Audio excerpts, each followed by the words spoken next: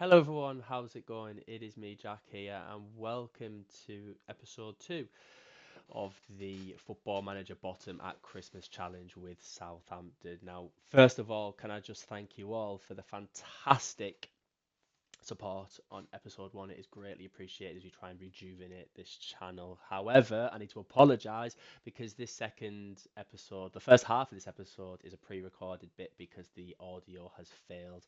So I'm going to pre-record this first section, the first game, and the second game will be the live commentary aspect of it. So as you can see by the recording at the minute, we are currently sat in P20. However, we played 4 games since that defeat at home against Fulham, and I'm going to show you what has happened in them in the games that we've just played. So, first game, Arsenal away.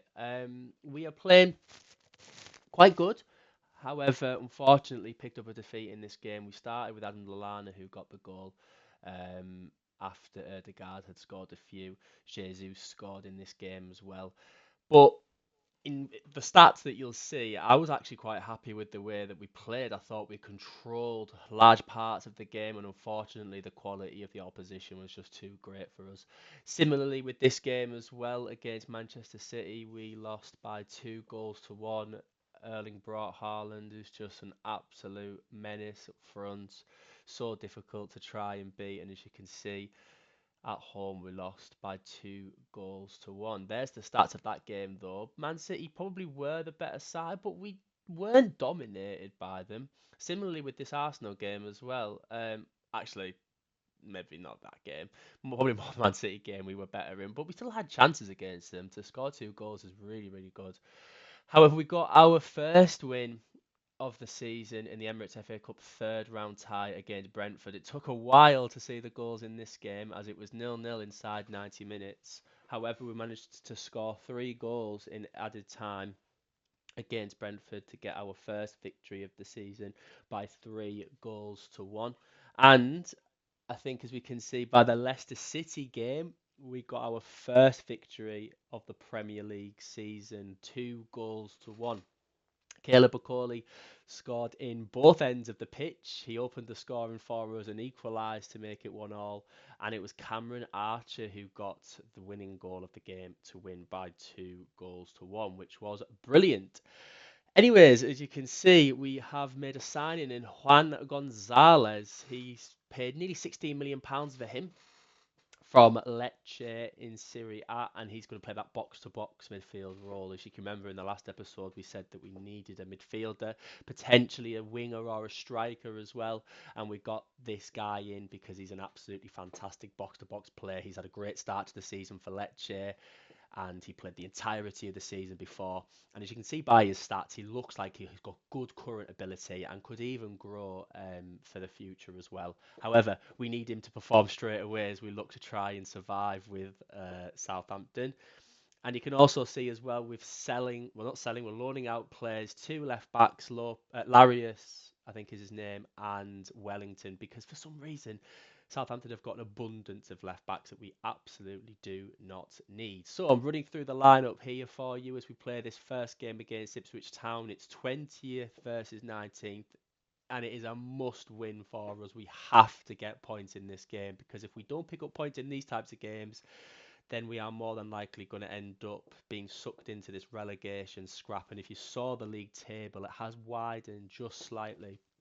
So we're going with this team. Ramsdale in goal, Walker Peters, Bellis, Bednarek and Manning replacing Charlie Taylor. I just feel like in the 4 games we played, Charlie Taylor hasn't performed to the levels he needs to. Why we're going with Manning.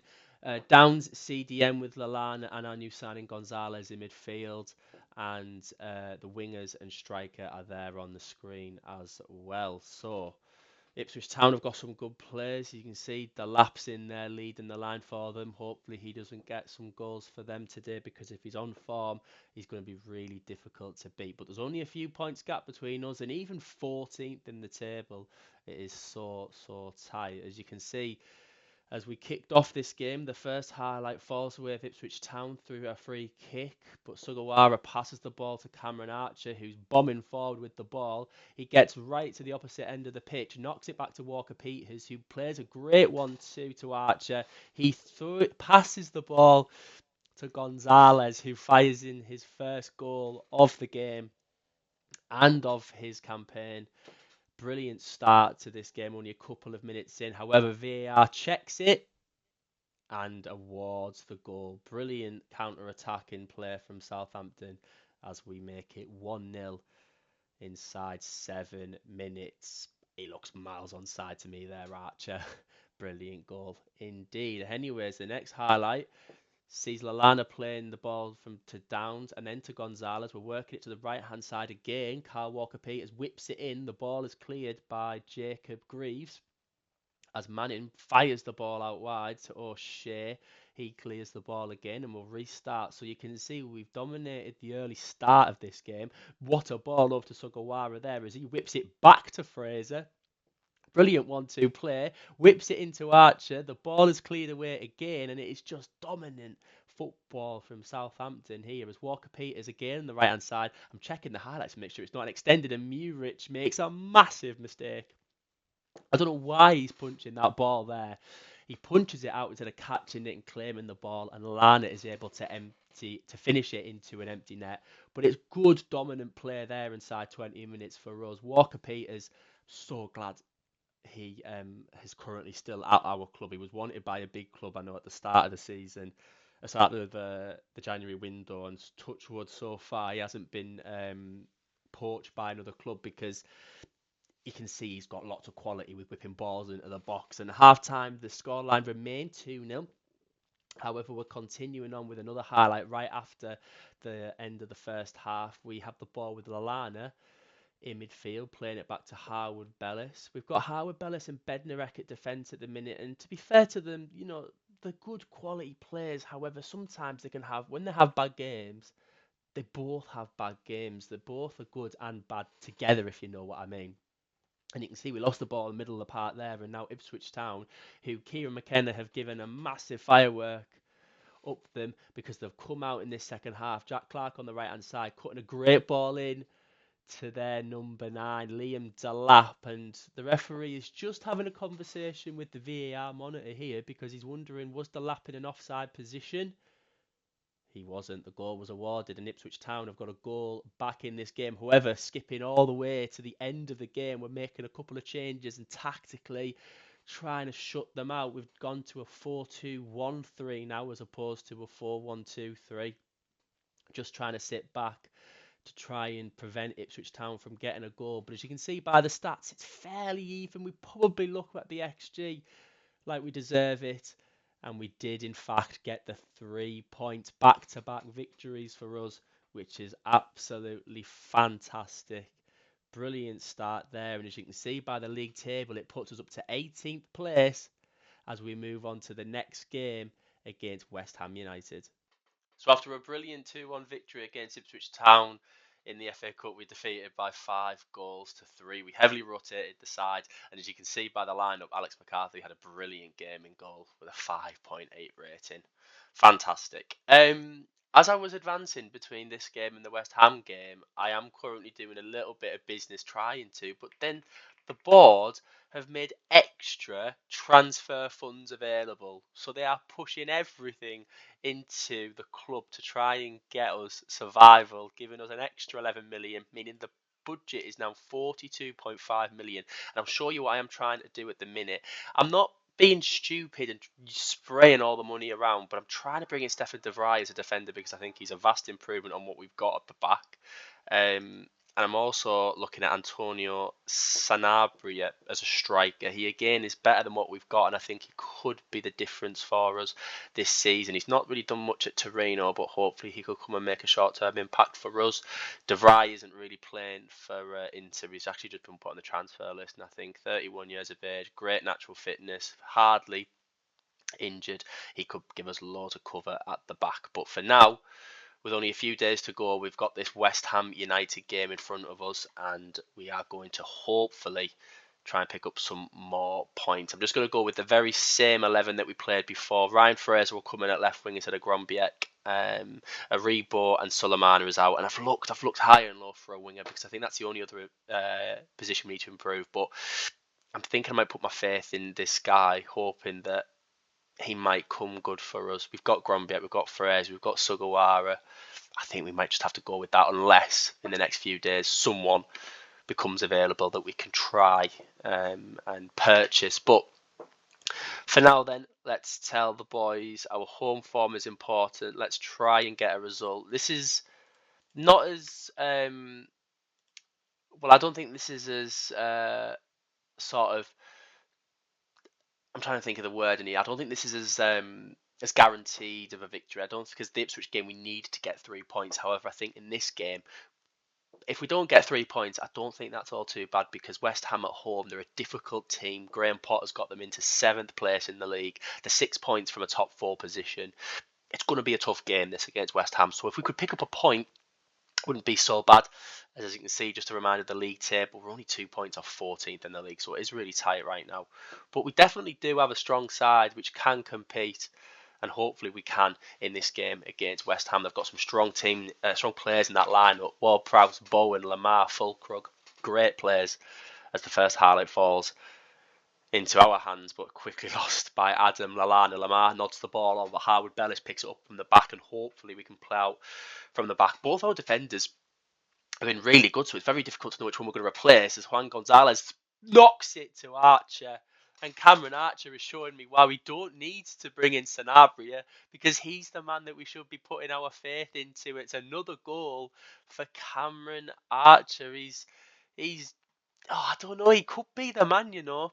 He really could be. What a ball that is as well from our new signing, Gonzalez. He's been on fire in this episode, and Cameron Archer gets the first goal of the game. Probably against the run of play, as West Ham looked the better of the two sides. However, that is a brilliant start to this game as we take the lead, and a victory would take us out of the relegation zone. Drops us to P17 as Brentford have just taken the lead, but it's so tight at the minute as we come to the 45-minute mark, and Gonzalez has knocked it in. I thought that was an own goal from Mavropanos, but it wasn't. Juan Gonzalez, welcome to Southampton. What a phenomenal start he has made to life in a red shirt. That is a great touch there. Mavropanos probably should be doing better. The free kick was stunning by Ryan Manning. Luckily, we got that goal in there, but he was unlucky, Ryan Manning, that it didn't go in. And all of a sudden, we're coming into half-time 2-0, doing fantastically. I'm pleased we are creating lots, and the scoreboard shows that. Let's keep going as we transcend to the second half here. This is a midweek match as well, so West Ham players, I think, were involved in the FA Cup game, hence why they look a bit tired, and we'll try to exploit that in this second half as Howard Bellis tries to find a pass to Walker Peters, and that's just poor there from him as Bowen's on the ball, plays a delightful through ball through to Fulkrug, and he's got a goal back. And that is unfortunate, to say the least. Carlos Soler finds Bowen. It's a lovely through ball through to Fulkrug. He beats Ramsdale, and now the game's back on again. Similar to the Ipswich Town game, this.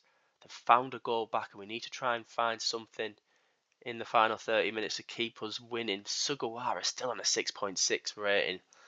The defence isn't looking the best at the minute. They're looking slightly weak. Can we just get hold of this ball and create another chance? But West Ham have come out fighting in this second half. Wan-Bissaka holding up the ball, finds Mavropanos. We try and press the defenders. We don't want to lose position because we can easily get caught out by this West Ham side. Aaron Cresswell finds Mavropanos, who plays an inviting ball through to Carlos Soler.